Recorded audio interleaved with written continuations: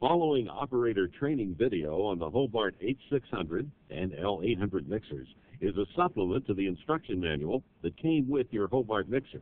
If you have any questions concerning operation, please consult your manual. Your Hobart H600 and L800 mixers are constructed and designed to give long, satisfactory service provided they are properly used and maintained. This training video will cover the controls of the mixer, its operation, cleaning, and maintenance.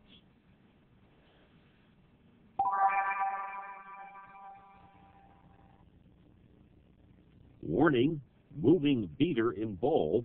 Keep hands, clothing, and utensils out while in operation. Do not use without interlocked guard. Every H600 and L800 is equipped with either an electromechanical timer control or a programmable timer controller. The bowl guard must be in position or the mixer will not operate. If the bowl support is not all the way up, the mixer will not operate unless the start button is held in. If the mixer has an electromechanical timer control, it will also have a timer used in conjunction with the start button for timed mixing operations and will stop the mixer when the preset time has elapsed. If the mixer has a programmable timer controller, it will consist of the start and stop buttons, which control mixing operation, the timer control display, which displays mixing times, the P1 key, which contains 4 sequential preset times, the P2 key, which contains 4 additional sequential preset times, the knob, which changes the time as indicated by the display, the save button, which replaces the preset with the indicated time, and the clear button, which returns to idle from the programming function. For continuous mixing, the start and stop buttons control mixing operation. Begin from the idle display. Press start to begin mixing. The MC indicator will be lit, and the total mixing time will be indicated in minutes and seconds. Press stop when mixing is done. The MC indicator light goes off, and the idle display returns. To use the dial timer to set the mixing time, begin from the idle display.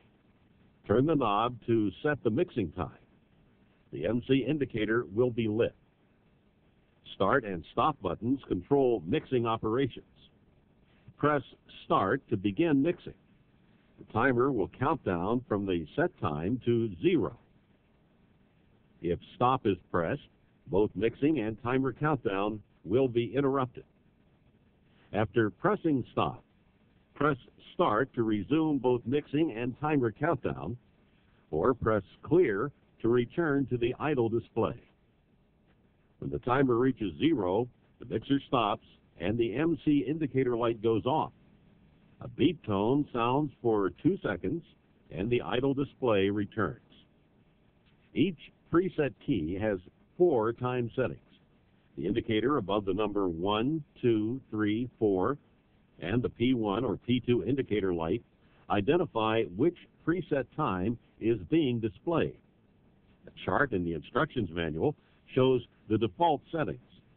The dial timer knob can be used to adjust the mixing time if the knob is turned prior to pressing start. Beginning from the idle display, press P1 or P2 to display the number 1 preset mixing time. Pressing P1 or P2 again will display the next preset time, etc. The dial timer can then be used to adjust the time. Start and stop buttons control mixing operations. Press start to begin mixing. The timer will count down from the set time to 0. If stop is pressed, both the mixing and timer countdown will be interrupted. After pressing stop, press start to resume both mixing and timer countdown, or press clear to return to the idle display. When the mixer is stopped, you may perform any appropriate task, such as the following: add ingredients, change speed, reset the timer, continue mixing, or unload.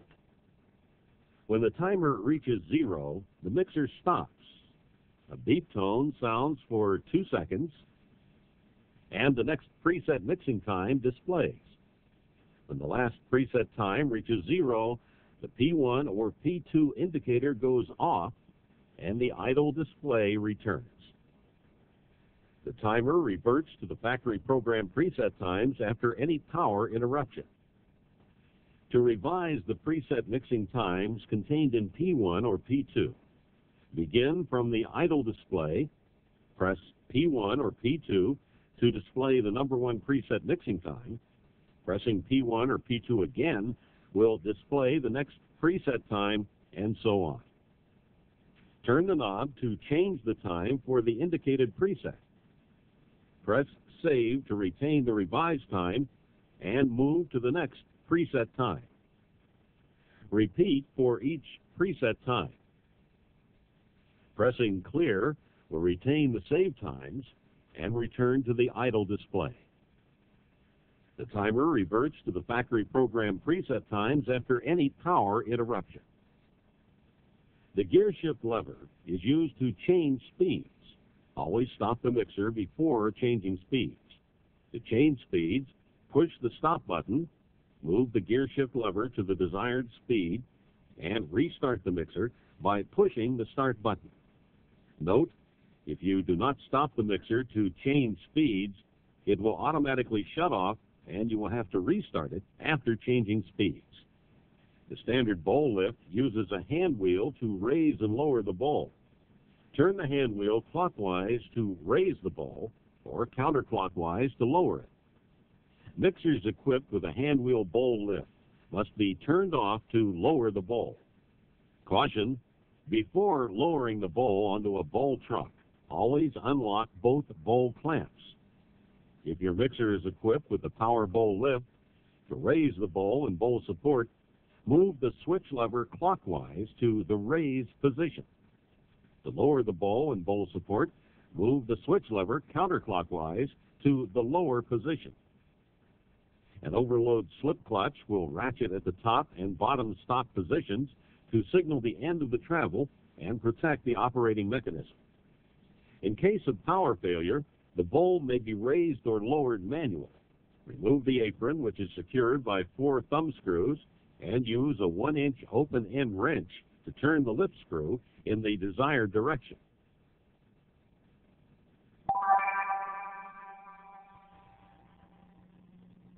This section explains the operation of the mixer and how to install bowls, agitators, and attachments.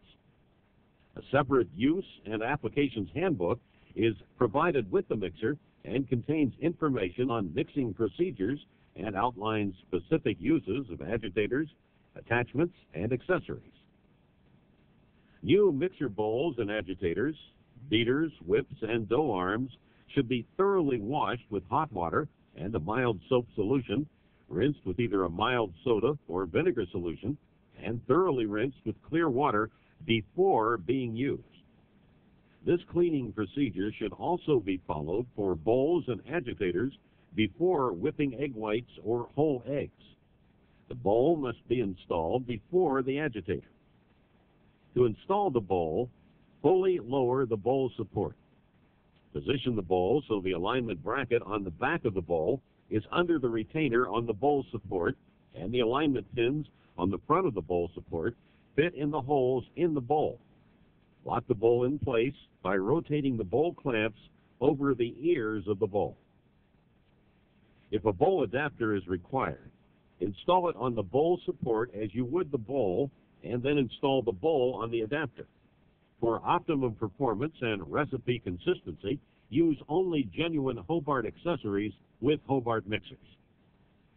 To install an agitator, the bowl must be installed and fully lowered.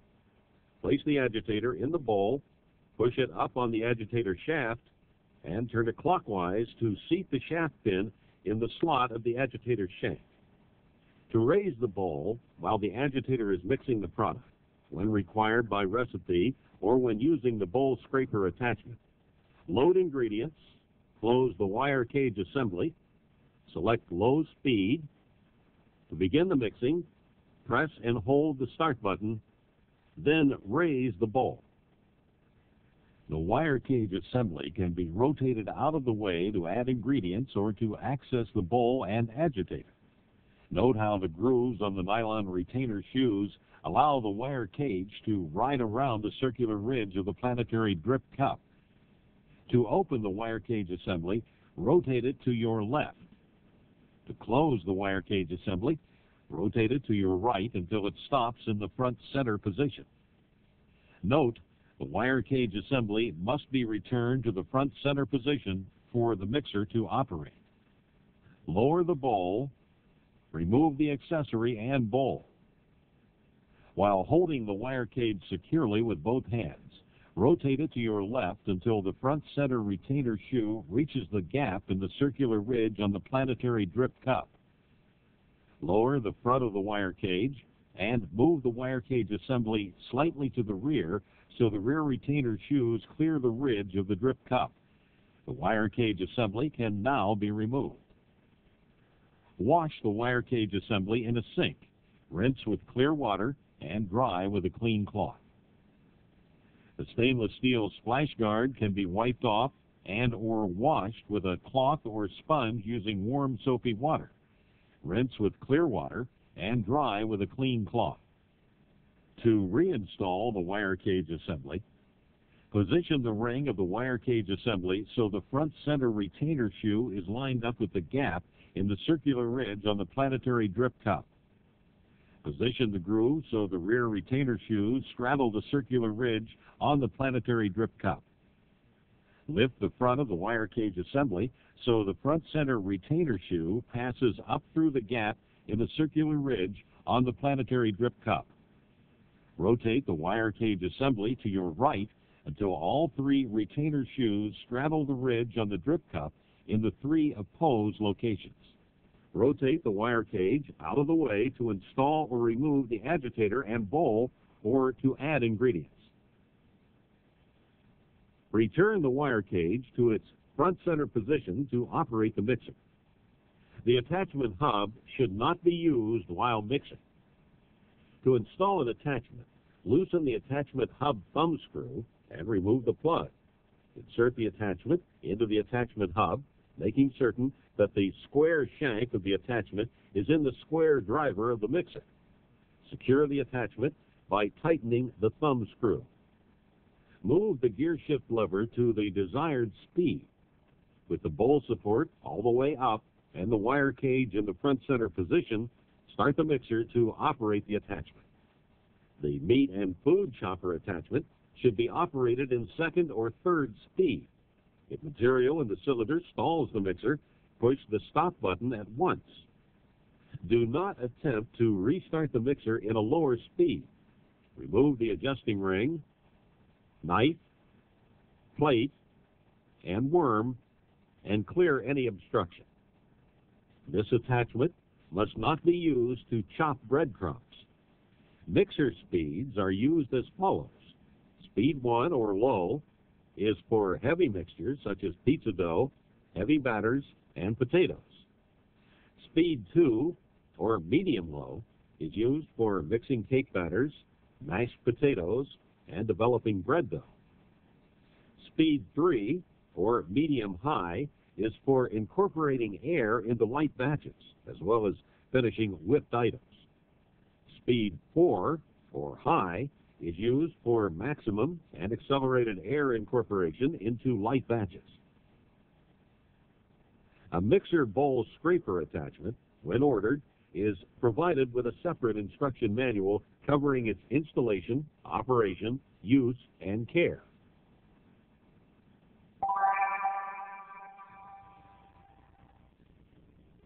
Warning: disconnect electrical power supply and place a tag at the disconnect switch indicating that you are working on the circuit before beginning any cleaning procedure.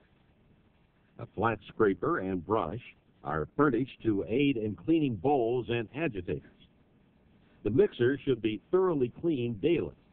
Do not use a hose to clean the mixer. It should be washed with a clean, damp cloth.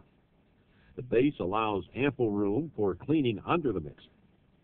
The drip cup splash guard, which is secured by 3 screws, should be removed periodically and wiped clean. The apron may be removed by loosening the thumb screws. Behind this apron is an access cover which may be removed for cleaning. Cleaning of the bowl guard, including both the wire cage assembly and splash guard, was demonstrated during the operation section of this program. It may also be referred to on page 11 of the operator's manual.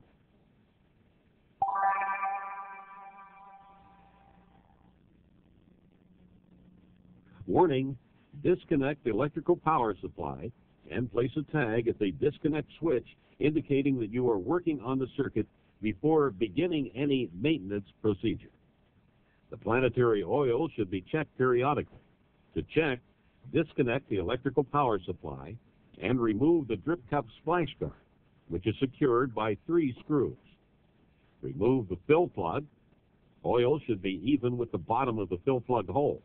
If it is not, slowly add the recommended planetary lubricant until it is. Replace the fill plug and the drip cup splash guard. A drain plug is located on the bottom of the planetary. Should draining become necessary, remove the drip cup splash guard and place a suitable catch pan under the drain plug. Remove the drain plug, allow the oil to completely drain, and replace the drain plug. Remove the fill plug and pour in 6 fluid ounces of the recommended planetary lubricant. Replace the fill plug and drip cup splash guard. Contact your local Hobart service office for the recommended planetary lubricant. Occasionally, the planetary seal may become dry and begin to squeak. To correct this, work a little lubrication under the lip of the seal. The transmission oil should be even with the line on the oil level gauge when the motor is not running. If the oil falls below this line, disconnect the electrical power supply and remove the top cover, which is secured by 2 screws. Remove the transmission fill plug and add a small amount of the recommended transmission oil until it returns to the proper level. Do not overfill the transmission as leakage may result. Contact your local Hobart service office for the recommended transmission oil. On units with a manual bowl lift, the handwheel gearing should be lubricated periodically. To do this, disconnect the electrical power supply and remove the top cover, which is secured by 2 screws. Wipe a coat of Lubriplate 630AA on the gear teeth and replace the top cover. The agitator clearance should be checked with each bowl change. The agitator must not touch the bowl, and the maximum clearance between the bottom of the bowl and the B flat beater is 1/8 inch. The maximum clearance between the bottom of the bowl and the E or ED dough arm is 5/16 of an inch. Install a bowl and agitator. If the bowl and beater come into contact before the bowl support reaches its stop, adjust the stop screw upwards using the following procedure. To measure the clearance, pour enough flour in the bowl to cover the bottom of the bowl where the beater travels. With the bowl fully raised, briefly run the mixer in speed 1. Turn off the mixer, disconnect the electrical power supply, and measure the depth of flour where the beater has traced a path. This measurement should be taken at several points around the bowl to assure accuracy. To adjust the bowl agitator clearance, remove the apron, which is secured by 4 thumb screws. Loosen the bottom locking nut and turn the stop screw counterclockwise to increase the clearance or clockwise to decrease the clearance. Tighten the locking nut while holding the stop screw. Caution: make sure the switch button on the bowl height sensing switch is never below the bottom of the nylon actuator. When the bowl is fully raised, the switch button on the bowl height sensing switch should be 1/8 inch above the bottom of the nylon actuator. If necessary, adjust the locking nuts above and below the nylon actuator to move it up or down. After the adjustments are made, replace the apron, reconnect the electrical power supply, and carefully operate the bowl lift several times to check the adjustment. The height of the bowl clamp is controlled by a spring washer and lock nut. which are located on the bottom of the bowl support. Turning the lock nut clockwise will loosen the clamp. Counterclockwise will tighten it. If repeated adjustments are necessary, additional service is indicated. Contact your local Hobart service office. This concludes operator training for the H600 and L800 mixers. For long-term performance and durability, refer to your Hobart mixer capacity chart for recommended maximum recipe capacity with your Hobart mixer. To obtain service and parts information concerning these mixers, contact your local Hobart service office.